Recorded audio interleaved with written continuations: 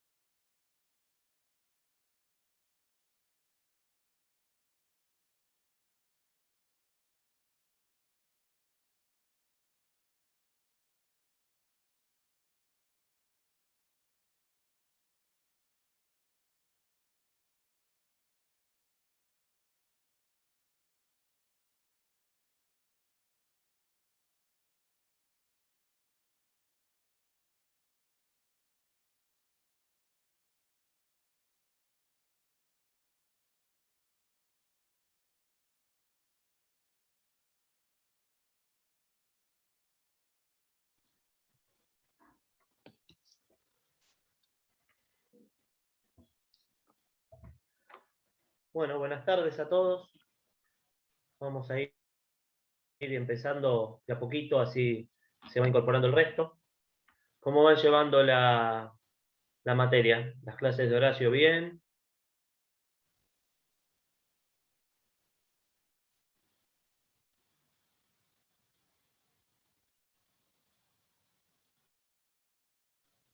No sé si la conexión mía está inestable o ahí me escuchan bien. Buenas tardes.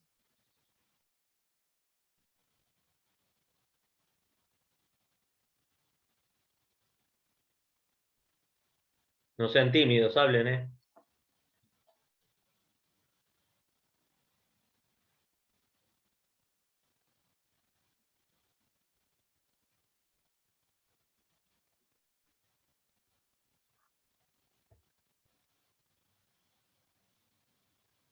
Bueno, no sé si me estarán escuchando bien o tienen algún inconveniente con el audio. Hola, yo escucho bien. Buenas tardes. tardes. ¿Qué tal? Buenas tardes. No, les comentaba acerca de cómo vienen llevando las clases del doctor Salvador, si tienen alguna duda conforme vamos desarrollando las temáticas, cómo lo van llevando a todo.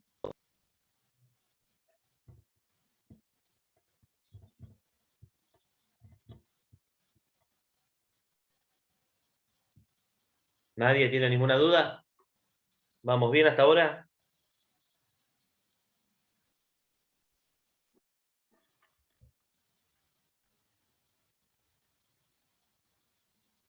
Bueno, si vamos bien, seguiremos así.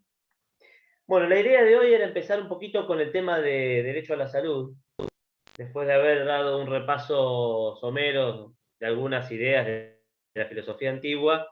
Nos vamos a ir introduciendo a los conceptos básicos de este que es el primer tema de los generales, nosotros, de los troncales que tratamos en filosofía, que es el tema del derecho a la salud. Generalmente yo lo que hago cuando hablo del derecho a la salud es ponerlo, o tratar de ponerlo en contexto con la situación histórica y geopolítica económica de la historia reciente argentina, ¿no? Para que nosotros podamos entender de dónde viene el derecho a la salud, cómo fue abordado y, bueno, cuáles son las perspectivas hacia futuro, cuáles son los temas de debate hacia futuro, ¿no? Concretamente, siempre cuando yo analizo el tema del derecho a la salud, lo centralizo en los protagonistas del último siglo pasado, ¿no? Del siglo XX. Ya estamos en el siglo XXI, atravesando ya la segunda década del siglo XXI, ¿no? Pero siempre es interesante mirar hacia atrás para conocer cómo se fue diagramando esta idea de la salud, para entender también algunas de las particularidades que tiene nuestro sistema de salud, que lo distingue y lo diferencia en comparación con otros sistemas sanitarios del resto del mundo, ¿no? Quizás hoy va a ser una introducción al tema histórico y quizás en el transcurso de las distintas clases nosotros tratemos de incorporar nuevos conceptos sobre nuevas realidades que tienen otros países, y tratando siempre también de aportar datos, ¿no? Para muchas veces tratar de establecer cómo son las cuestiones del derecho a la salud en otros países, y muchas veces también con el ánimo de desmitificar verdades reveladas o absolutas que en el ámbito de la filosofía no las hay, ¿no? Si bien la filosofía tiene como uno de sus principales objetivos la búsqueda de la verdad, ¿no? Muchas veces la verdad no es única, muchas veces la verdad no es absoluta, ¿no? Y esta relatividad de los conceptos hacen que distintos enfoques de una misma temática en distintos países haga que se explique de distinta manera, ¿no?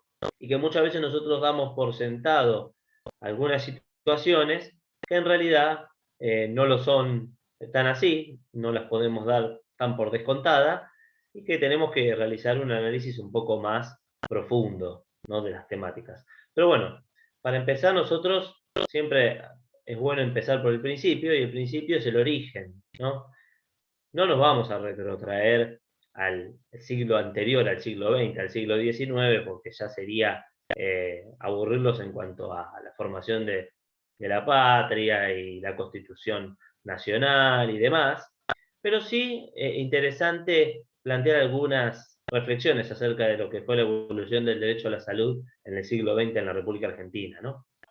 Para empezar, yo plantearía como un punto de inflexión el año 1912, un antes y un después del año 1912. ¿Alguien me sabrá decir qué ley que hemos ejercido recientemente? Ahí ya les estoy dando una gran pista. Una ley que hemos ejercido, un derecho en realidad, consagrado en una ley que hemos ejercido directamente en esta última semana, se consagró, y que en sus vaivenes y en sus modificaciones sigue vigente su espíritu. ¿Alguien sabe de qué ley estoy hablando? La ley del sufragio universal, profe. Perfecto, perfecto. Gracias, Juan Cruz. Se entrecorta seguramente porque tengo una mala conexión. Disculpen la desprolijidad, quizás si no se logra desarrollar toda la idea sin cortes, pero como planteaba Juan Cruz, la ley Sáenz Peña, sancionada en el año 1912, pone un antes y un después. Ustedes me dirán, ¿qué tiene que ver la ley Sáenz Peña con el derecho a la salud? Bueno, tiene que ver en base a el espíritu de esa ley,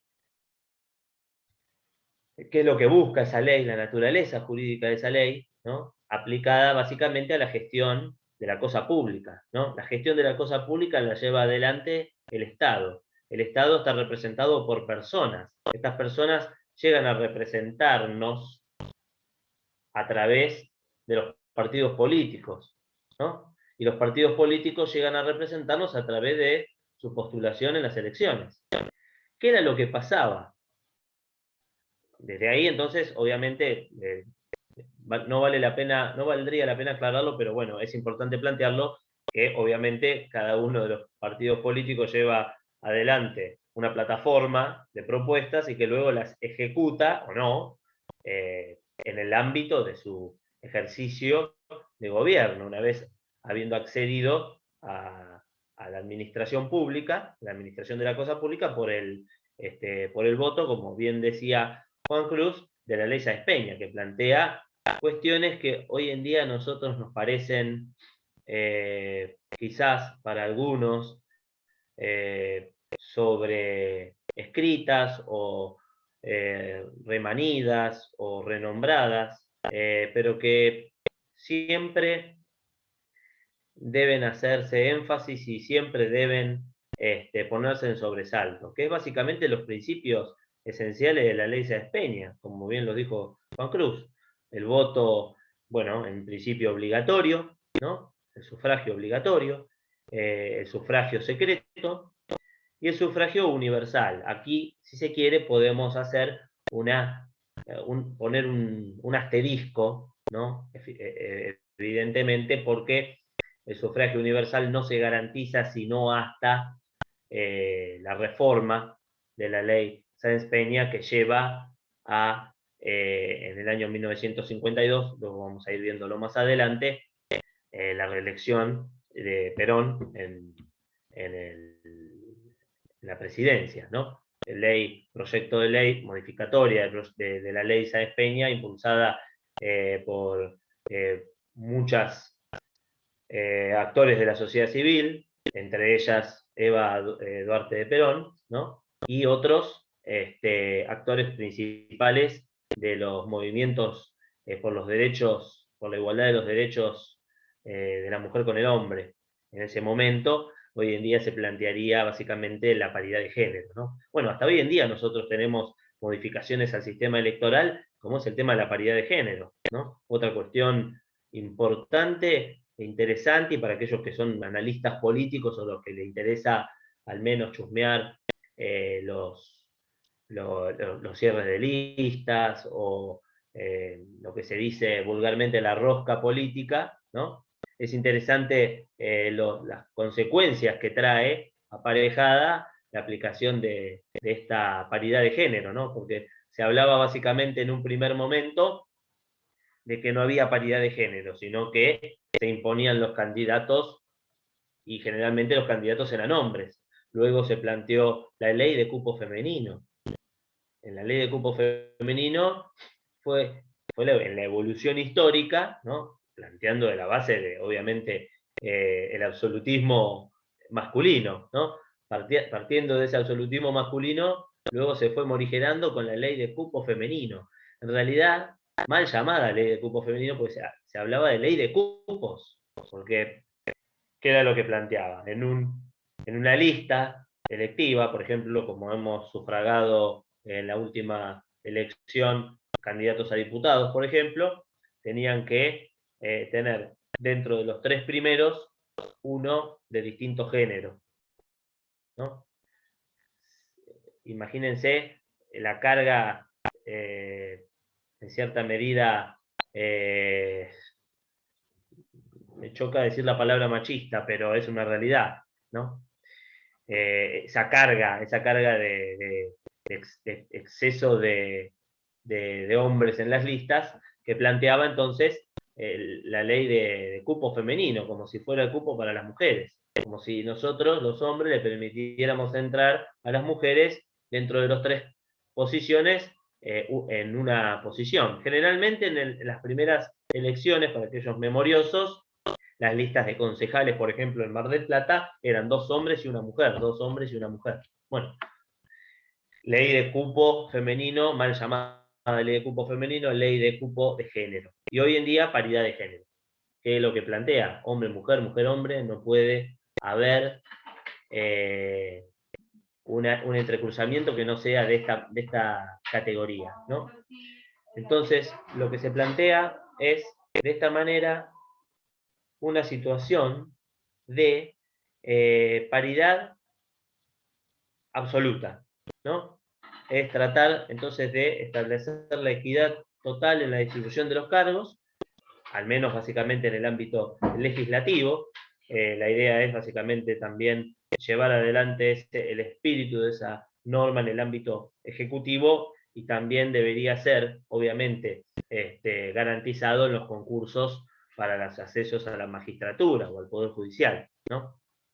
Porque son los 3 poderes que forman parte del Estado, de esta República, de este Estado federal, ¿no?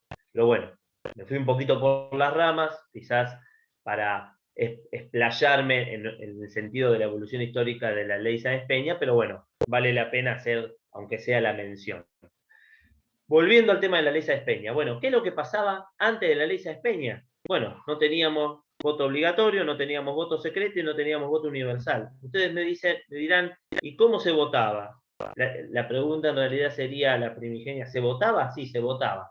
Ustedes pudieron asistir, la mayoría de ustedes obviamente no existió en este plano, muy pocos todavía sobreviven y que hayan podido ejercer el voto en esas épocas, no los hay casi, que yo recuerde, nadie con vida, ¿no? Para poder, habiendo ejercido ese voto, calculemos entonces que en el año 1912 alguien tenía que tener más de 18 años, bueno, hagan las cuentas, es prácticamente imposible, ¿no?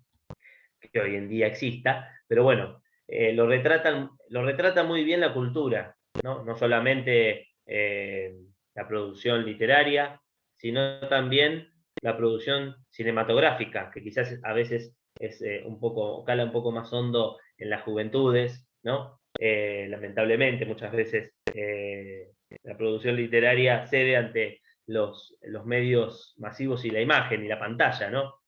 Y bueno, en muchas películas argentinas, generalmente, retratan básicamente esta situación que se daba, ¿no? En las mesas de votación, en las cuales básicamente gobiernos de tinte, como se denominaban, conservador, ¿no? El tinte conservador sobrevive hasta el año 1916, que cuando se pone en práctica la ley Sáenz Peña, porque se sancionó en el año 1912, pero digamos que hasta el año 1916 no tiene aplicación práctica, ¿no? Y bueno, esa secretitud en el voto no existía. No existía, existían vulneraciones sistemáticas, existía, bueno, obviamente la década infame y múltiples literatos y producciones fílmicas lo reflejan, ¿no? Reflejan la situación específica en la cual se encontraba una persona en la fila de votación, que era, entre comillas, si se quiere, marcada por las autoridades de mesa, ¿no? Y en la cual otras autoridades de mesa, auxiliadas por algún miembro de una fuerza de seguridad, planteaba la célebre frase cuando la persona se acercaba a votar: señor, usted ya votó, ¿no? Esa clásica frase del fraude electoral, de la década infame, ¿no? Que dejamos atrás con la secretitud del voto, el carácter universal y, bueno, el carácter obligatorio que venía, si se quiere, a reafirmar la necesidad de la identidad con la democracia, ¿no? El compromiso del voto como una de las patas importantes para poder garantizar la democracia, ¿no? Democracia que a nosotros nos viene también algo remanida o algo renombrada y que siempre ponemos de resalto cada vez que hay un proceso eleccionario bajo el amparo de esta ley, ¿no? Porque no todos los países tienen la oportunidad de poder elegir sus representantes y muchos los eligen de manera indirecta. Ustedes vean que hasta el año 1983 la República Argentina, incluso la elección del año 1983, la República Argentina elegía por circunscripciones, algo así parecido a lo que elige Estados Unidos. Estados Unidos no tiene un voto directo, sino que elige a través de un colegio electoral. En realidad no se denomina colegio electoral, pero se denominaba colegio electoral en la Argentina. Pero claro, evidentemente el voto directo aparentemente trae o conlleva mucha más democracia o mucha más representatividad en cuanto al ejercicio del voto. Lo vamos a ir viendo en la historia de la República Argentina, en donde muchos gobiernos constitucionales que llegaron con el voto democrático, llegaron con una escasa participación de votación, ¿no? en la representación de la lista, y ello en cierta medida muchas veces generó algún resquemor político y luego en la sociedad de la legitimidad, ¿no? Siempre se habla de la legitimidad cuando se accede al gobierno. Tuvimos una hace muy poquito tiempo, en el año 2003, Néstor Kirchner, que fue el presidente triunfante, perdidoso, porque él asume una vez que se baja del balotaje el candidato más votado, ¿no? Eso pocos lo recuerdan, ¿no? Y la transformación de un gobierno aparentemente débil en un gobierno que luego a las claras no fue para nada débil, ¿no? También viene a desmitificar muchas veces los porcentajes con los que se asume una presidencia, ¿no? Parafraseando a las épocas de Frondizi o de Ilia, ¿no? Pero bueno, eran otras épocas, era otra la situación, no la vamos a comparar, pero bueno, evidentemente esa obligatoriedad del voto llama, y esa básicamente horizontalidad del voto, ¿no? Tratar de establecer la eliminación de todo tipo de discusión sobre un voto calificado, por ejemplo, que lo tuvo Alemania en muchas épocas, ¿no? O el voto indirecto, que lo tuvimos en la Argentina y luego se reformó y se modificó, ¿no? Hace que el pueblo elija directamente a sus representantes, ¿no? Y esto es algo que se pone en resalto en la ley Sáenz Peña y que se fue perfeccionando con las distintas etapas históricas y bueno, llegamos al día de hoy, ¿no? Pero bueno, concretamente siempre queremos plantear y partir de la base de el inicio en los albores de la ley Sáenz Peña con el primer gobierno que asume con la ley Sáenz Peña, ¿no? Que es el gobierno de Hipólito Yrigoyen. El radical del año 1916 asume la presidencia, los mandatos constitucionales duraban 6 años. Ustedes recuerden que hasta el año 1989, inclusive, la elección del año 1989, inclusive, los mandatos constitucionales de presidente y vicepresidente duraban 6 años. Luego se modificó la ley de ejercicio de voto y de representatividad, se modificó la Constitución Nacional propiamente dicha, ¿no? Con la reforma del 94 se redujo ese periodo de 6 años a 4 años, ¿no? Bueno, tenemos una etapa interesante de continuidad democrática. Eso es algo que siempre se tiene que sobresaltar, ¿no? Teniendo en cuenta la historia de la República Argentina, ¿no? Y de golpes y de contragolpes que tuvo durante todo el siglo XX, principalmente, ¿no? Porque en el año 2001 quizás hubo una crisis institucional que se llevó adelante a través de los canales institucionales, se resolvió a través de los canales institucionales y no a través de la ruptura del orden constitucional.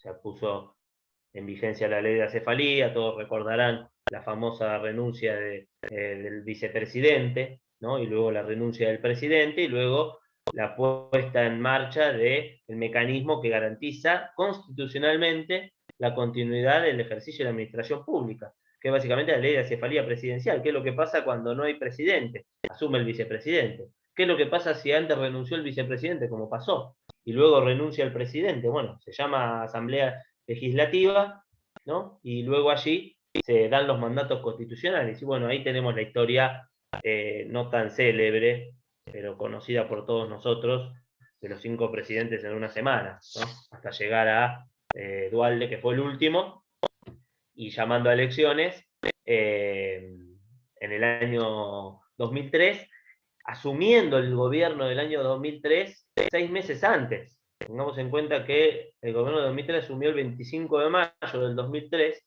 cuando debía asumir el 10 de diciembre del 2003, siguiendo el mandato constitucional, ¿no? Bueno, pero dentro de los canales institucionales no fue una ruptura del orden constitucional, quizás fue una crisis institucional o crisis política, ¿no? A las cuales la Argentina nos tiene acostumbrados, lamentablemente, y en forma cíclica, en una forma de una suerte de dialéctica diabólica en la cual estamos inmersos políticamente, ¿no? En que lleva también a la sociedad y a la economía a ese círculo vicioso, no virtuoso, ¿no? Al cual nos vemos sometidos. Pero bueno, esa es discusión de arena de otro costal. Concretamente, volviendo, digamos, a esta situación, nosotros ponemos el resalto y el énfasis en que es un gobierno constitucional el que asume, y la continuidad de ese orden constitucional, independientemente de los nombres. Ustedes vean que Irigoyen ejerce su mandato entre el año 1916 y el año 1922, y luego viene Alvear, que ejerce entre el año 1922 y el año 1928, y luego regresa Hipólito Yrigoyen a un nuevo mandato constitucional en el año 1928, y se corta y se irrumpe el orden constitucional en el año 1930 con el golpe de Estado, el primer golpe de Estado, 6 de septiembre de 1930, ¿no? El nefasto golpe de Estado del 6 de septiembre de 1930. Concretamente, ese fue el panorama político. El panorama sanitario, con sus más y sus menos, porque quizás algunos podían, aquellos historiadores o más memoriosos de los gobiernos constitucionales de Irigoyen y de Alvear, podían plantear que Irigoyen y Alvear eran de la Unión Cívica Radical,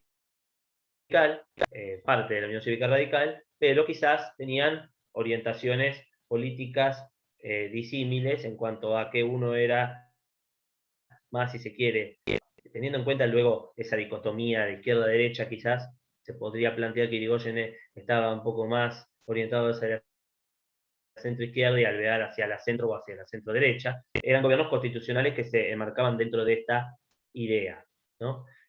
Logros en este lapso de tiempo grande, amplio, de más de 14 años, fueron muchos en el ámbito de materia del derecho a la salud. En un primer punto, tenemos que plantear que la política se encargó de tratar de horizontalizar el derecho a la salud. ¿Qué es lo que pasaba antes con los gobiernos conservadores? Bueno, una verticalidad en el ámbito del derecho a la salud. O sea, ¿qué es lo que plantea la verticalidad? Capacidad adquisitiva, estatus político o estatus social era igual a el acceso a beneficios sanitarios, ¿no? Aquellos que estaban fuera del sistema o fuera de ese estatus, que en principio no solamente era un estatus económico, sino era un estatus social. Estamos hablando del fin de la aristocracia, ¿no? El fin de la aristocracia en el mundo coincide con el fin de la aristocracia en la República Argentina. Los grandes conservadores, que se le dicen, ¿no? Esa palabra que muchas veces se vuelve a plantear para algún tipo de clase social, encajaba perfectamente en esa época, a ese estilo social, ¿no? Esos grandes conservadores. La ciudad de Mar del Plata, para aquellos que sean marplatenses, fue desarrollada como un lugar, en principio, de veraneo, una villa de veraneo de estos conservadores, ¿no? Que eran aquellos que detentaban el poder político, el poder económico, pero no solamente era una cuestión política y económica, sino una cuestión de aristocracia, una cuestión de pertenecer. Eran los sucesores, en cierta medida, y tomando las grandes distancias temporales que hubo, pero eran los sucesores de los reyes, ¿no? Por el estatus, estamos hablando, ¿no? El concepto de estatus social, de pertenecer a una clase social, ¿no? La idea de clase social, esa que desarrolla Marx acabadamente, ¿no? Comienza analizando esa crisis de clases sociales que existían en la Rusia de los zares, ¿no? Esa diferencia de clase social, pero esa diferencia de estatus aristocrático, ¿no? Como si fuera un estatus diplomático, si se quiere, que en la democracia se representa con un estatus diplomático. Bueno, en esa época se representaba con un estatus aristocrático, ¿no? Fundaron muchas ciudades, los aristócratas o conservadores. ¿Hubo avances en el ámbito del derecho a la salud? Sí, pero no la universalidad, no la horizontalidad a la cual nos estuvo acostumbrados este periplo de 1914 a 16 a 1930, estos 14 años, ¿no?, de mandato constitucional, en los cuales básicamente se comenzó a tratar de generar mayor salud para mayor cantidad de gente, la construcción de nuevos nosocomios, ¿no? La idea, la primigenia idea de tratar de descentralizar algo que es un debate histórico en la República Argentina, de descentralizar el tema de quién controla la salud, ¿no? Desde los debates primigenios de tratar de descentralizar la salud del Estado Nacional hacia las provincias, pasando por las idas y vueltas en gobiernos constitucionales o no tan constitucionales, hasta llegar a célebres frases de las últimas épocas que plantearon que el ministerio había desaparecido, el Ministerio de Salud había desaparecido y se había recuperado el ministerio, ¿no? Como como un ámbito, si se quiere, de toma de decisiones, ¿no? Toda la vida tuvimos la misma discusión en torno a la centralidad o a la periferia o a la descentralización, ¿no? La centralidad la plantearon los conservadores en un primer momento, ellos tenían el poder, ellos garantizaban o no las partidas presupuestarias para las distintas provincias y ciudades. Se trató de cortar, como venimos planteando entonces, con esa horizontalidad, tratar de otorgarle competencias a las provincias más que a la nación, ¿no? Transferir bajo la órbita de administración de las provincias muchos nosocomios del Estado Nacional, ¿no? No solamente esto, obviamente, que fue una época de gran avance económico en la República Argentina, eso lo dicen las estadísticas, no es necesario que se plantee o se analice muy acabadamente, y con ese desarrollo y ese resultado se trató de ampliar la base de sustento en el ámbito de la salud pública, ¿no?, con cooperativas y mutuales de salud. La primera época en la cual se desarrollan las mutuales de salud es durante la vigencia de los gobiernos de Hipólito Yrigoyen, ¿no? Mutuales de salud que nosotros luego podríamos asemejarlas a lo que fueron las obras sociales, ¿no? O al sistema de salud, si se quiere, semi público o semi privado, como ustedes lo quieran plantear. La característica esencial del sistema de salud de la República Argentina es esa particularidad que tiene de ser un sistema tripartito.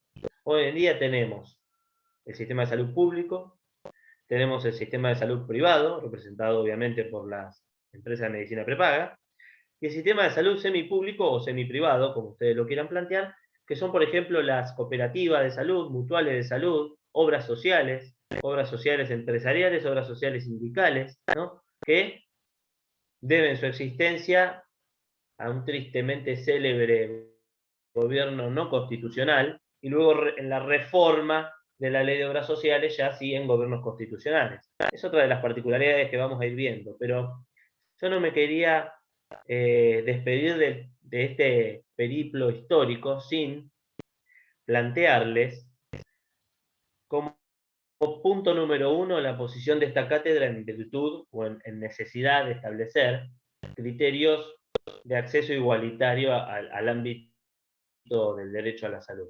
Y para establecer criterios, nosotros somos defensores a ultranza del criterio de igualdad en el acceso, o al menos de equidad, en el acceso a los derechos que promulgan las leyes de salud, ¿no? Pero para poder promulgar esto y para poder defender esto, nosotros participamos de la idea de que lo que se debe analizar a conciencia y bajo un mismo, si se quiere, amparo de derechos, o bajo el mismo amparo, si se quiere, de oportunidades, es durante la vigencia de los gobiernos constitucionales, ¿no? Porque es en los gobiernos constitucionales en donde el Estado tiene una doble situación. Es una obligación de deber. Por un lado, tiene la obligación de garantizar los derechos. Tiene el derecho, el particular, de reclamarlos. Y el Estado tiene el deber de hacerse cargo de esto y no mirar para otro lado, ¿no? Y el que no lo hace está incumpliendo una norma. Yo sé que muchas veces en la vida, fuera de lo que son las paredes de la Facultad de Derecho, hoy paredes virtuales, nos cuesta creer que una norma está hecha para ser cumplida, pero ustedes no deben recordar, y nosotros vamos a estar acá todas las clases para hacerles recordar de que están estudiando para eso, ¿no? Y entonces, además de todo ello, están estudiando en el ámbito de un gobierno democrático, en el cual tiene su regla de juego, económicas, políticas y sociales, pero siempre bajo un marco que es la democracia. Resalto la conceptualización de esta idea de la democracia, porque no es lo mismo conceptualizar logros o cuestiones pendientes de cumplimiento, derechos pendientes, en el ámbito de un gobierno constitucional, el cual tiene herramientas escuetas para poder defenderse. Herramientas escuetas para poder defenderse, comparado con un gobierno no constitucional, que posee todo el ámbito legal, porque lo primero que hacen los gobiernos no constitucionales es suprimir la voluntad popular, luego suprimir la representación de esa voluntad popular a través del cierre de los congresos, y luego controlar al sistema que regula el incumplimiento de normas, que es el Poder Judicial. Entonces, no es lo mismo los logros y las asignaturas pendientes de un gobierno constitucional a los logros que pueden llegar a tenerlos, o asignaturas pendientes de un gobierno no constitucional, porque no está expuesto en el ejercicio de su gobierno, si se quiere decir, entre comillas, al escrutinio de un poder más allá del que él mismo se ha dado. No sé si se entiende, ¿no? Los golpes institucionales, los golpes constitucionales, implantan una nueva forma de ejercicio de poder, que no se ejerce bajo las mismas reglas y bajo las mismas condiciones que los gobiernos constitucionales. Ustedes están en desacuerdo con un gobierno constitucional, ¿y qué hacen? Van y votan cada 2 años y cambia el ámbito de decisión, o cada 4 cambia, si se quiere, el ámbito de decisión ejecutiva. Con los gobiernos no constitucionales esto no sucede. Ustedes están en desacuerdo y se la tienen que bancar, si se quiere.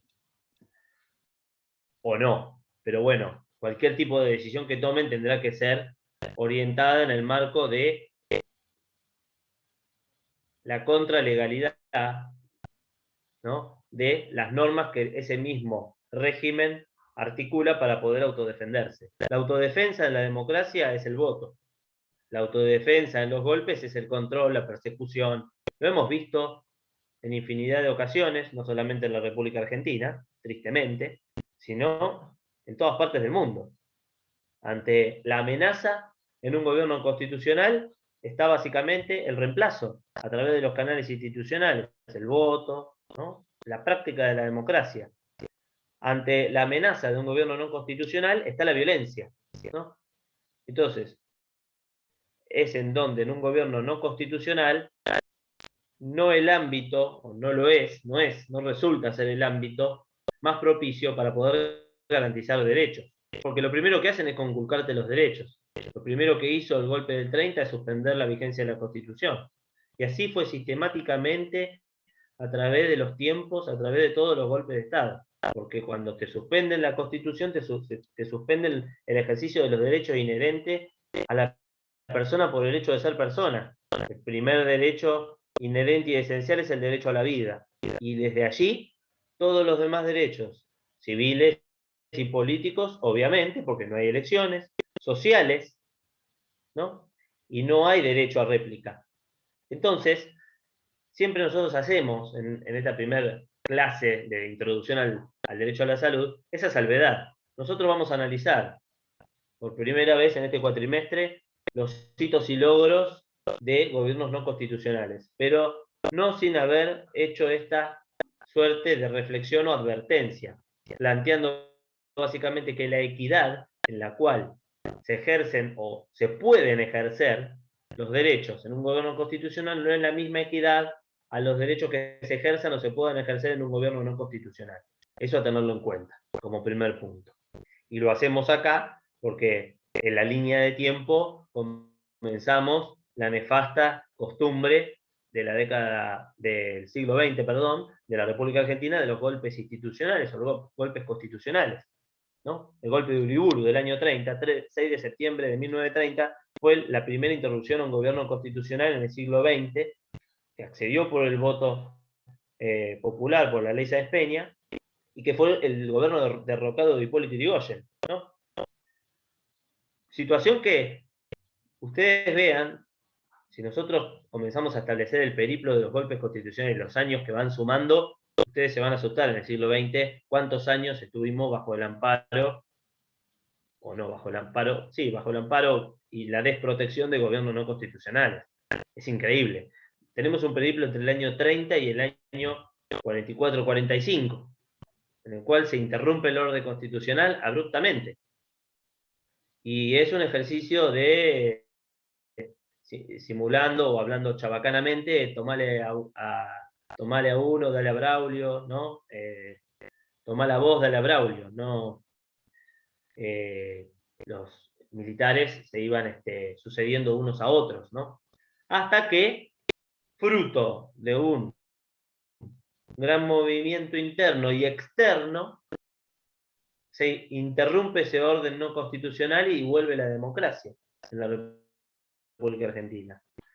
Ese momento histórico nosotros también tenemos que analizarlo y contextualizarlo con lo que pasaba en el mundo. En el mundo, entonces, estamos hablando del año, luego de pasado los 1930, en el mundo, ¿qué es lo que pasaba? Bueno, la Primera Guerra Mundial había terminado. Se había reorganizado, entre comillas, Europa. En realidad había sido una guerra mundial, pero había sido una guerra de Europa, prácticamente. Aquellos memoriosos o que hayan estudiado la Primera Guerra Mundial, lo ven con el mismo resultado de la Segunda Guerra Mundial, Alemania perdidosa, comido todo su territorio, subsumido en una gran crisis económica, primero, y política después, también Italia, ¿no? Y también la lucha intestina que había en España, con la guerra civil española que había empezado, ¿no? Ahora, ¿qué situación se dispara en base a esto? Se dispara la crisis, básicamente, de los gobiernos, luego de la posmonarquía, si se quiere, la crisis de los gobiernos estatuidos, y la irrupción de los gobiernos nacionalistas. No sé si lo recuerden a esto, subsumidos o, si se quiere, bajo el manto del nacionalismo, tuvimos personajes tan nefastos en la historia mundial como lo fueron Franco en España, Mussolini en Italia o Hitler en Alemania, ¿no?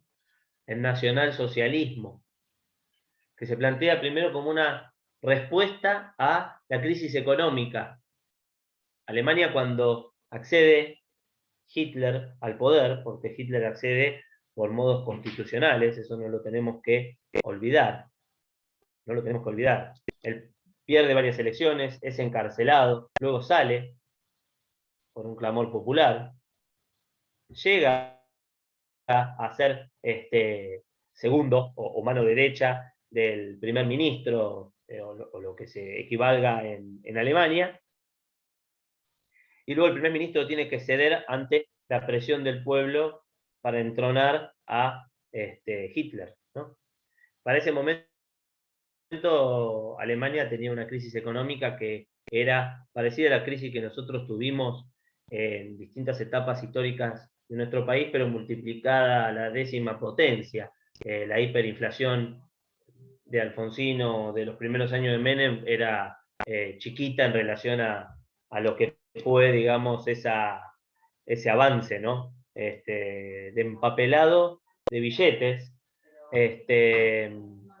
Concretamente, en Alemania, uno podía empapelar los billetes con los billetes que imprimía el Estado, toda una habitación, ¿no?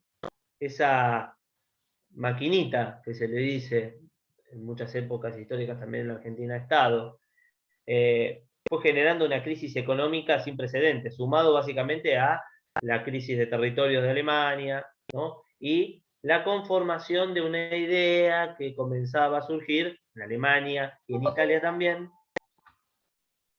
que generaba una idea de que la culpa era de un sector de la población, ¿no? En Alemania se comenzó a plantear la idea de que la culpa era de los judíos, porque los bancos estaban en manos de los judíos y eran los que no contribuían a la estabilidad económica de Alemania, ¿no? Concretamente con esto llega a generarse luego ese exacerbado antisemitismo, ¿no? Culpando, responsabilizando a los judíos de la crisis económica que había en Alemania, ¿no? Y luego se lo toma a ese antisemitismo como una política de Estado que lleva al exterminio de más de 7 millones de judíos en los campos de exterminio y concentración, ¿no? Situación que vemos también traspolada en otras partes del mundo. Italia con Mussolini y sus camisas negras, muy arraigada esa costumbre. La pelea de Franco contra el comunismo, con los peores resultados o con las peores reacciones en España. También, post Segunda Guerra Mundial, distintos gobiernos fueron enarbolando, desarrollando también la continuidad de esas políticas, aunque no tan extendidos en el tiempo, pero bueno, vamos a hacer un corte con la Segunda Guerra Mundial, ¿no? El fin de la Segunda Guerra Mundial, ¿qué trae? Bueno, además de una Europa devastada y parte del mundo en cenizas, plantea la vuelta a la naturaleza, pero no a la naturaleza como nosotros podríamos plantear hoy en día al medio ambiente, a la protección de los recursos naturales, no, a la concepción del ser, a la naturaleza del ser. La concepción del ser, lo hemos visto en continuadas veces en filosofía, plantea básicamente la noción del ser. ¿Qué es el ser? ¿Qué somos? ¿No? Platón planteaba concretamente la célebre frase: conócete a ti mismo, para luego poder conocer a los demás, para luego poder mejorarte, ¿no? Pero para conocerte a ti mismo tienes que tener conciencia, planteaba. Era lo que nosotros estábamos desarrollando en las anteriores clases, ¿no? El ser y la conciencia. Pero para ser o para estar consciente, primero uno tiene que existir. Esto, si se quiere, la filosofía existencialista lo desarrolla acabadamente. Aquel que lo quiera leer es muy interesante. Esto es un poquito de filosofía para ir introduciéndonos en la idea de por qué. Ustedes me dirán, el profesor está loco, está hablando cualquier cosa. No, no. Síganme la idea de por qué se vuelve al origen, se vuelve al ser, se vuelve al existir. Para poder existir, tenemos que estar vivos. Y para poder estar vivos, tenemos que respetar al otro y la vida del otro, que era justamente lo que se había interrumpido en estos periodos, en estos periplos de gobiernos totalitarios y nacionalistas, falsos nacionalistas, con la excusa del nacionalismo, ¿no? Degradaban la condición de ser humano a una determinada clase social, clase económica, clase política o religión, o forma de ver las cosas, o forma de ser, ¿no? Entonces, lo que primero hace la Sociedad de Naciones, luego transformada en la Organización de Naciones Unidas, es volver a conceptualizar la noción del ser, y que uno existe y que uno tiene derechos por el solo hecho de existir. ¿Y cuál es el derecho que tenemos por el solo hecho de existir? El derecho a la vida, y a concebirnos como seres humanos, y a reconocernos como tales. Y allí, en donde nos reconocemos como tales, encontramos los límites en el trato con el otro y en la relación con el Estado. Y ahí vuelve la concepción del Estado, reforzada hoy en día, ya con la concepción republicana, democrática, ¿no? Del respeto, que va evolucionando en las distintas épocas. Obviamente hubo tiempos de flaqueza, las dictaduras militares han sido un ejemplo de ello, pero el respeto a las minorías se ha ido incrementando y se ha ido especificando, ¿no? Y cada vez profundizándose más. Es la eterna discusión del ser y de qué se entiende por ser y qué se respeta por el hecho de ser entre comillas, por el hecho de ser, por el hecho de existir. Bueno, concretamente entonces con esto surge la idea de que estos estados se conformen a través o alrededor de individuos, ¿no? Y los individuos se reconocerán unos a otros como iguales. Y estos seres o estos individuos iguales tendrán derechos por el hecho de ser humano. Y los primeros derechos que surgen, obviamente, son los derechos a la vida, a la salud, a la integridad física, que nosotros los tenemos en innumerables tratados y en la Constitución Nacional, obviamente. Pero concretamente, lo que tiene de interesante esta situación es que lo importante de estos movimientos fueron el desarrollo del constitucionalismo social, ¿no? El constitucionalismo social surge como una respuesta al avasallamiento de los tratados internacionales que favorecían a la guerra, que favorecían al hambre, que favorecían el enfrentamiento entre las personas. El constitucionalismo social tiene como base la idea de la concepción de derechos sociales. ¿Y qué derecho social más importante si no es el derecho a existir, el derecho a la vida y el derecho a la salud derivado del derecho a la vida? El derecho a la salud es fundamental, pero es esencial y derivado del derecho a la vida, que es el principal derecho. Ese constitucionalismo social surge en primer momento en expresiones importantes previas a la Segunda Guerra Mundial.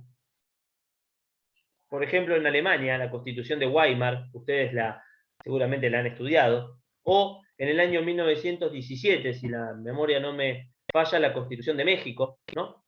Y luego esto se trasvasa, ese movimiento social se trasvasa a otros países y llega a la otra punta del mundo, que es la República Argentina, y llega con el constitucionalismo social.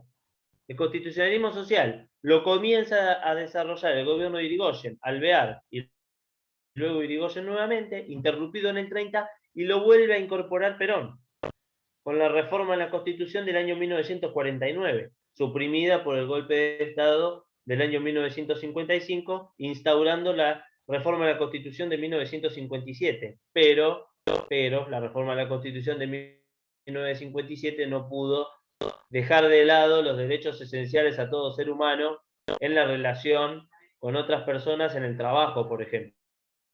Los derechos laborales no pudieron ser conculcados en ese punto. Esa reforma laboral que se hizo durante el gobierno de Irigoyen, Alvear y Perón no pudo ser conculcada. Y eso fue un legado importantísimo del constitucionalismo social, ¿no? Concretamente, el constitucionalismo social llega a la República Argentina, entonces, especificado, ya analizado el gobierno de Irigoyen y de Alvear, con Perón. ¿Qué es lo que pasa en esta década, prácticamente, que tuvo de vigencia el gobierno peronista, entre el 45 y el 55? Bueno, más horizontalidad en el ámbito del derecho a la salud.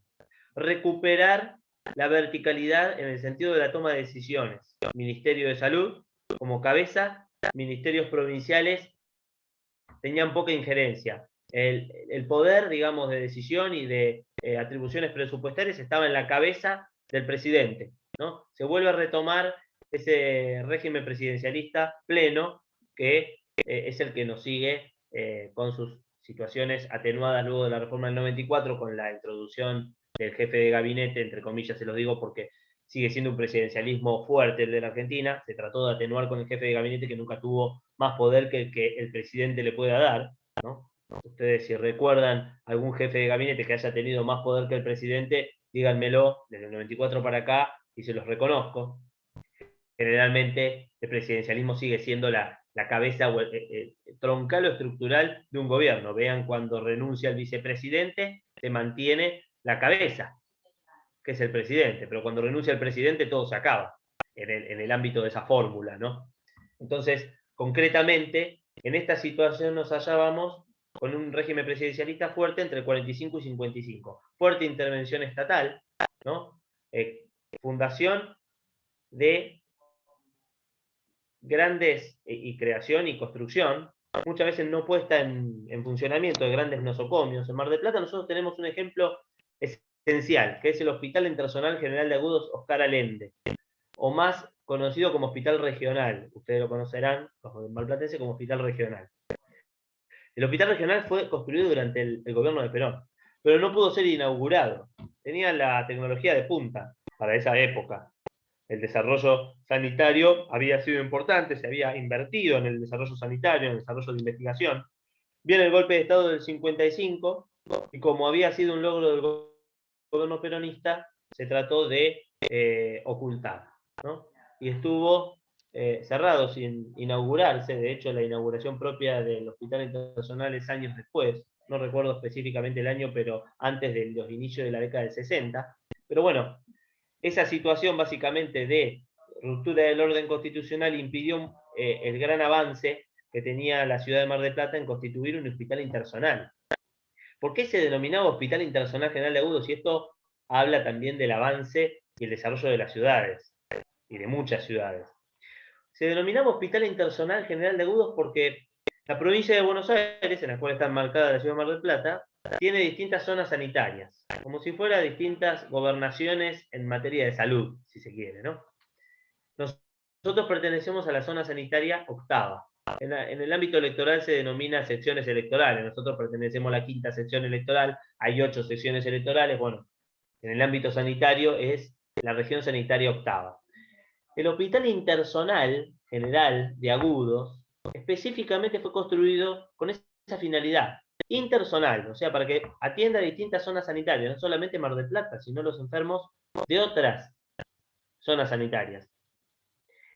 Y planteaba la generalidad de los agudos, o sea, era un hospital de punta específico para agudos, como hoy podría ser el SEMA, que muchos lo deben conocer en Mar del Plata, el Centro de Especialidades Médicas Ambulatorias, te lo dice la palabra, Centro de Especialidades Médicas Ambulatorias. Ahí no te internás, ahí no vas por una dolencia genérica, ¿no? El Hospital Internacional General de Agudos empezó entonces como un hospital que atendía a personas de distintas zonas sanitarias, pero con una dolencia en particular. Cuando hablamos de agudos, hablamos de enfermedades terminales.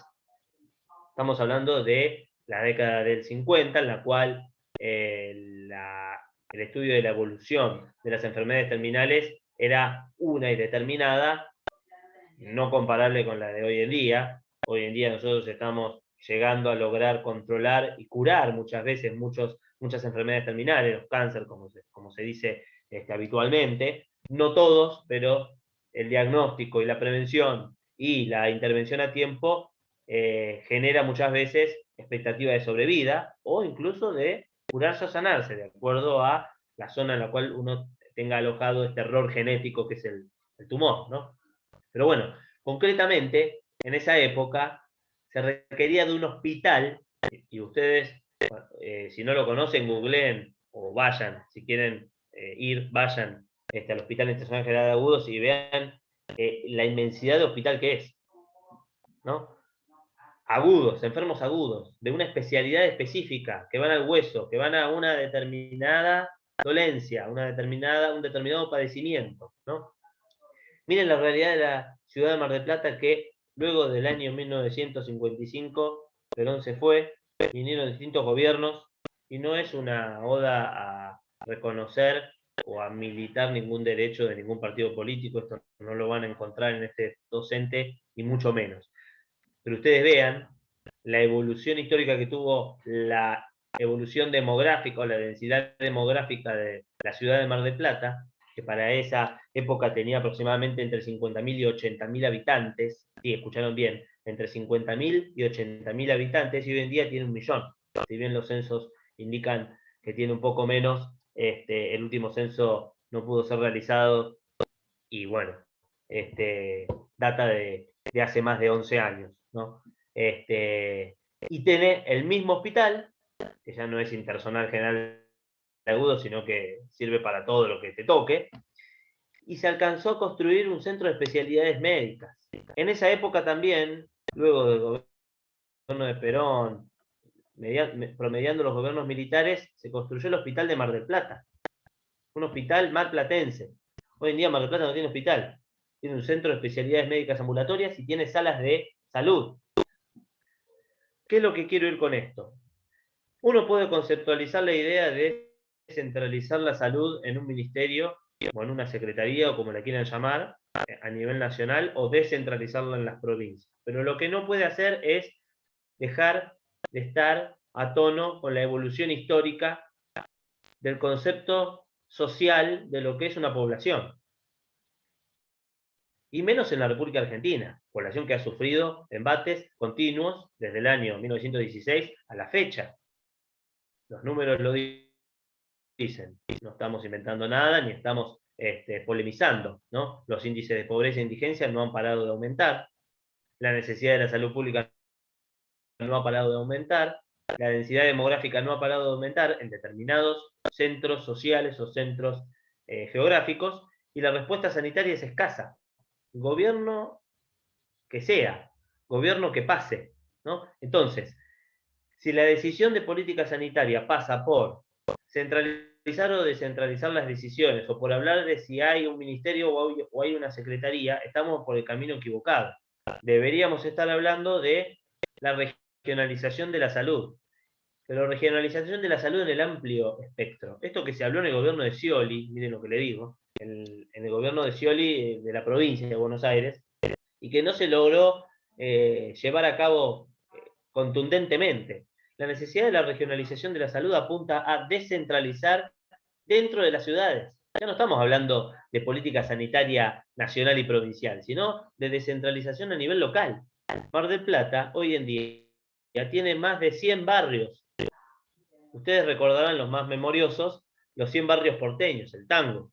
Bueno, Mar del Plata tiene más de 100 barrios, cuando Mar del Plata tenía 4 o 5, desde su fundación, pasando por la década del 50. Entonces, esa evolución geográfica, social, esa diversidad social, tiene que ser atendida. Entonces, no podemos atender geográficamente y responder geográficamente a una evolución del esquema social con los mismos elementos que estamos utilizando desde hace 70 años. Eso es lo que se tiene que primero sincerar, se tiene que plantear. Primero, obviamente, la crisis del sistema sanitario público, que no hay duda de que se encuentra en crisis. No ahora, ni hace 5 años, ni hace 10. Es una crisis sistemática a la cual se ve expuesta el sistema sanitario, ¿no? El refuerzo del sistema sanitario para la pandemia fue un éxito en el sentido del refuerzo del esfuerzo sanitario, de eso no hay dudas. También se puede reconocer la intervención presupuestaria en eso, también se puede reconocer, pero lo que no se puede dejar de lado soslayar es que una vez pasada la pandemia, los mismos problemas vamos a tener, porque no fueron resueltos. El tema de la regionalización de la salud apunta a, por un lado, partir de la idea de que todos se tienen que concentrar en un mismo hospital.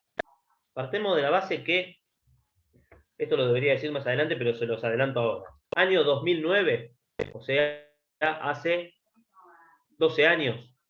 No, sí, 12 años, estoy hablando bien. 2009, 2019, sí, 12 años.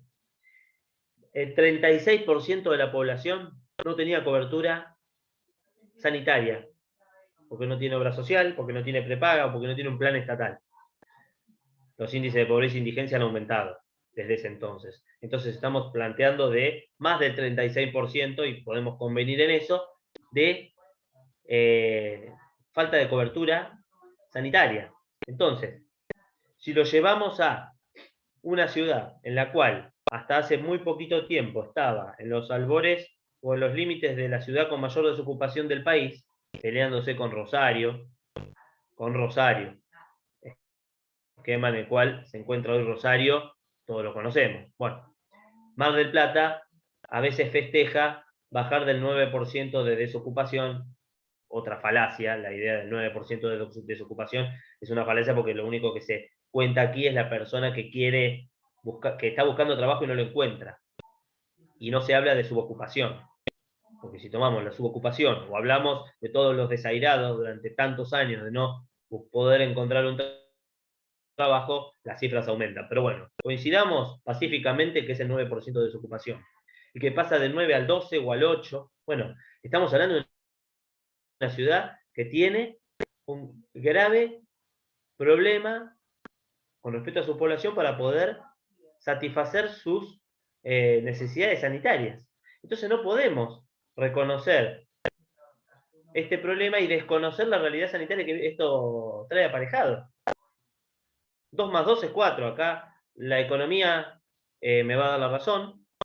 Nosotros vamos a hablar mucho de economía y salud, porque la intervención de la economía en la salud es necesaria, inevitable, muchas veces demoníaca o demonizada, si se quiere, por determinados actores sociales. Como si la economía tuviera la culpa. En realidad, la economía no tiene la culpa. La economía lo que hace es sincerar la realidad.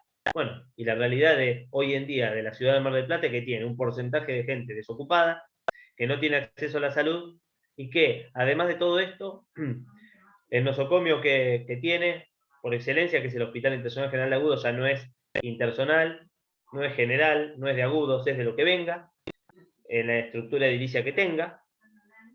El Hospital de Especialidades Médicas es escueto, y los centros de salud, como se les dice hoy, hay distintas siglas.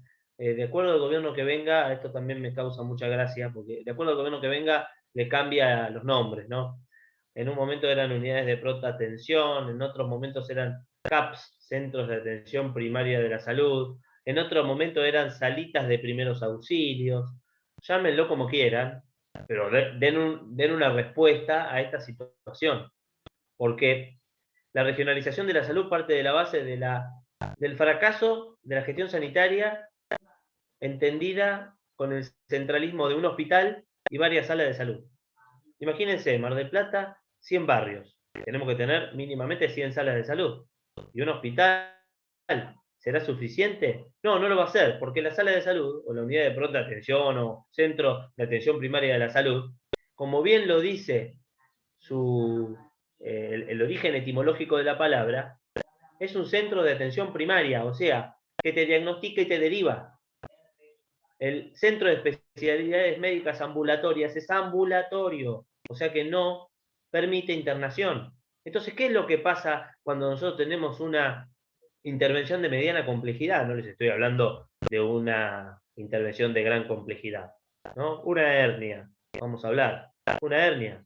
Hablemos de cualquier tipo de intervención que a ustedes se les pueda ocurrir, que ustedes no tengan obra social. En el centro de atención primaria de la salud no lo puede hacer. No lo puede hacer porque no tiene los elementos. Entonces, la regionalización que parte de la base de agrupaciones de barrios con mini hospitales. Esto se trató de hacer con la idea de los hospitales móviles.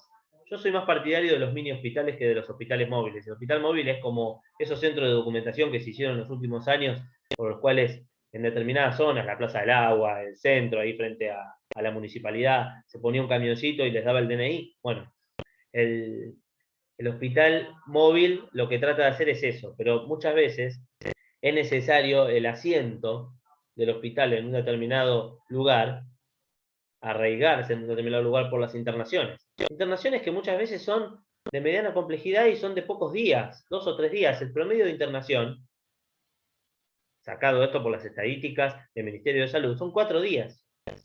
Ustedes imaginen que, sacando la cuestión del COVID, estamos hablando, ¿no? Las internaciones por COVID, el COVID vino a romper todos estos esquemas, otra cosa. Saquen al COVID de esto, ¿no? Las internaciones son promedio 4 días. Entonces, necesitamos nosocomios, mini nosocomios, mini hospitales, en los cuales la gente pueda estar 3, 4 días y poder externarla y poder continuar su recuperación en sus hogares. Pero para eso hace falta planificar, primero.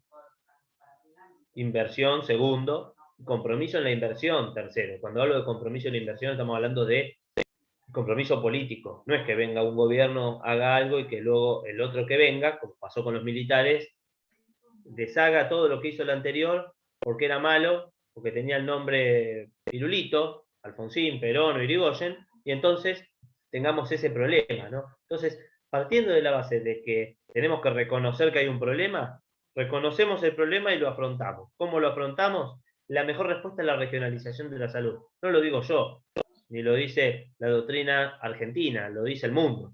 El mundo fue hacia la regionalización de la salud y se logra de esa manera contener de mejor manera, ¿no? Estamos hablando obviamente siempre del esquema sanitario público, no me meto en el esquema sanitario privado. Están bastardeados en muchas épocas, muchas veces con razón y muchas otras veces sin razón, acudiendo en estas épocas de COVID al auxilio del sistema sanitario público. Eso también se debe plantear, porque el sistema sanitario público solo no podía, no daba abasto, y el sistema sanitario privado solo no podía, no daba abasto. Es un sistema integrado, pero sistema integrado con reglas claras, ¿no? Este sistema tripartito que tiene la Argentina es un sistema que con sus más y sus menos ha funcionado. Tocar este sistema es cuanto menos en este momento una decisión temeraria. Es una decisión temeraria. Pero bueno, esa es básicamente el esquema que nosotros nos planteaba básicamente la crisis del sistema. El sistema político y económico del gobierno de Perón tuvo un auge muy importante en el primer mandato. Eso es obvio, ¿no? Eso todo lo plantean, los números daban muy bien. Luego el segundo mandato, el fallecimiento de Eva Perón, generó una crisis política, luego la crisis política degeneró en una crisis económica, la inflación comienza en el segundo gobierno de Perón a acelerarse, ¿no? Esa falta de poder llegar a cubrir necesidades básicas se comenzó a desarrollar, y bueno, sumó mucho golpes institucionales, ¿no? Avisos, y luego el golpe final, el golpe final que le atesta la dictadura del 55, que interrumpe el orden constitucional, lo manda a Perón al exilio hasta el año 1972, 73, ¿no? Que nosotros esa historia ya la conocemos, ¿no? Pero ¿qué pasó entre el 55 y la actualidad? Lo vamos a dejar para la próxima clase. Interesante que se queden con una reflexión básica de entender que, primero, vamos a analizar todos los gobiernos, vamos a analizar sus logros y sus asignaturas pendientes, pero siempre partiendo de la base de que la equidad se logra a través del respeto a las mínimas garantías constitucionales, y eso se logra en un gobierno democrático. Dicho esto, vamos a avanzar con los gobiernos del 55, militar, 58 Frondizi, 63 Ilia, 66 golpe de Estado de Onganía, 73 gobierno de Cámpora Perón, 76 golpe de Estado de Videla y la mayor dictadura que tuvimos en la República Argentina, recuperación de la democracia en el año 83, cambio de gobierno en el año 89 hasta la actualidad. Pero eso lo vamos a dejar para la semana que viene. Yo lo que quería que les quede la idea hoy plasmada era básicamente de dónde surgía la primera mitad del siglo XX en el ámbito geopolítico, nacional y internacional, y cómo es que se aplicó la receta internacional a la Argentina, el constitucionalismo social, y cómo ese constitucionalismo social se interrumpe con el golpe de Estado del 55, ¿no? Y la reforma de la Constitución del 57, que obviamente todos han estudiado en la historia constitucional, pero que siempre vale la pena renombrar, porque no pudo con los derechos sociales. Si bien los conculcó, los limitó, no pudo sacarlos de la Constitución. La reforma de la Constitución no lo pudo hacer. Las malas lenguas hablan muchas veces de que el movimiento sindical, eso es, si se quiere, comidilla, no es un labor académico o un trabajo académico, pero es comidilla para el que lo quiera creer o no, que parte del sector sindical apoyó la destitución de Perón y por eso fue un guiño de los militares hacia los sindicatos, no hacia los trabajadores, sino hacia los sindicatos afines al golpe de Estado, si se quiere. Esto nunca fue comprobado, obviamente, pero la realidad mata a la ficción o a las suposiciones, y la realidad fue esa.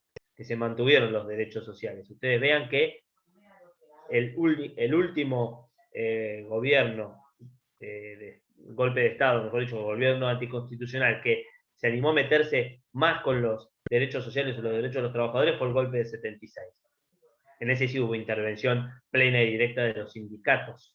En ese sí hubo intervención plena y directa de los sindicatos, pero claro, obviamente es otra historia porque es otro momento político del país, ¿no? La justificación era otra, era intervenir los sindicatos porque allí estaban los que ellos decían que eran los subversivos, ¿no? Que los militares decían que eran los subversivos. Entonces, bajo ese pretexto, entonces se intervinieron los sindicatos. Pero independientemente de ello, los derechos sociales y el derecho al trabajo, concretamente, subsistieron hasta hoy en día, y hoy en día, obviamente, con su plena vigencia, bajo el amparo de las reglas y de las normas constitucionales, ¿no? Bueno, los quiero dejar con esa idea. Sé que son clases medias densas estas, quizás la próxima sea un poquito más rápida con introducción de nuevas leyes y demás, y ya después comenzaremos a desandar el concepto de salud, cómo fue evolucionando a través de los tiempos, cuáles son los elementos del derecho a la salud, cuál es el elemento del derecho a la salud pública, el derecho al elemento a la salud privada, el derecho o los elementos al derecho a la salud semipública o obras sociales, y vamos a ir avanzando en el desarrollo de esta temática que es tan interesante y que tiene tanta vigencia. Hoy en día, obviamente, con la pandemia, toma especial relevancia, ¿no? Para concluir, que yo creo que va a ser interesante plantearlo, un debate acerca de bioética, que es básicamente el elemento, el caballito de batalla, si se quiere, de los humanistas o de los bienestaristas, ¿no? Que hablan del derecho a la salud y que plantean el principio de no intervención. Pero bueno, eso lo vamos a dejar como una idea hoy, como una pincelada para la próxima clase. Espero que la próxima sean más. Los veo que generalmente son los mismos, pero espero que se vayan sumando más chicos, porque la idea es por lo menos tener este espacio de debate para luego sí tener los espacios propios del debate directo, si se quiere, que van a tener ustedes con los trabajos. Pero bueno, espero que nos vaya llevando el desarrollo de las clases hacia ese sentido. ¿Alguna duda o consulta que me quieran hacer con respecto a esta clase o las demás o alguna cuestión en concreto, cualquier cuestión? Soy todo oídos. No, profe, muy claro. Gracias.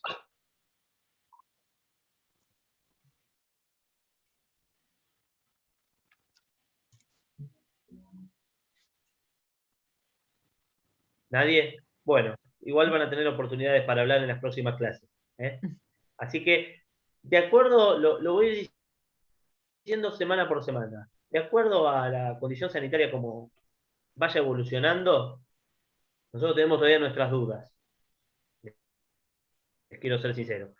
De acuerdo a la situación sanitaria como vaya evolucionando, quizás hacemos alguna clase presencial. Yo no los quiero esperanzar con esto, y no me quiero esperanzar yo, porque yo ya quiero volver a la facultad. Estoy impaciente de volver a la facultad porque esto de estar hablándole a una máquina no es para mí.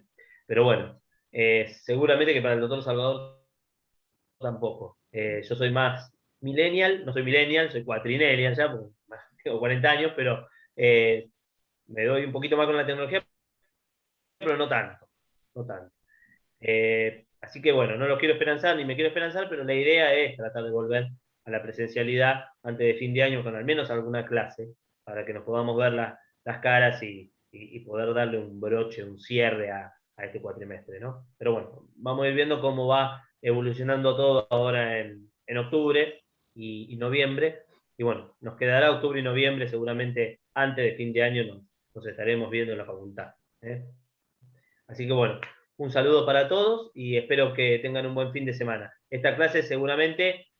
un último aviso, valga la redundancia. En el sector avisos de la plataforma virtual del sector avisos de la Cátedra de Filosofía del Derecho, Cátedra B, van a tener...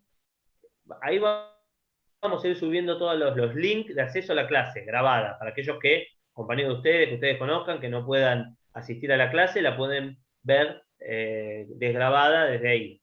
Y por otro lado, el doctor Salvador me comunicó acerca de una nueva modalidad que él está comenzando a desarrollar, que es grabar videos cortos de 4 o 5 minutos y subirlos a través de la sección avisos para la próxima clase debatir con ustedes.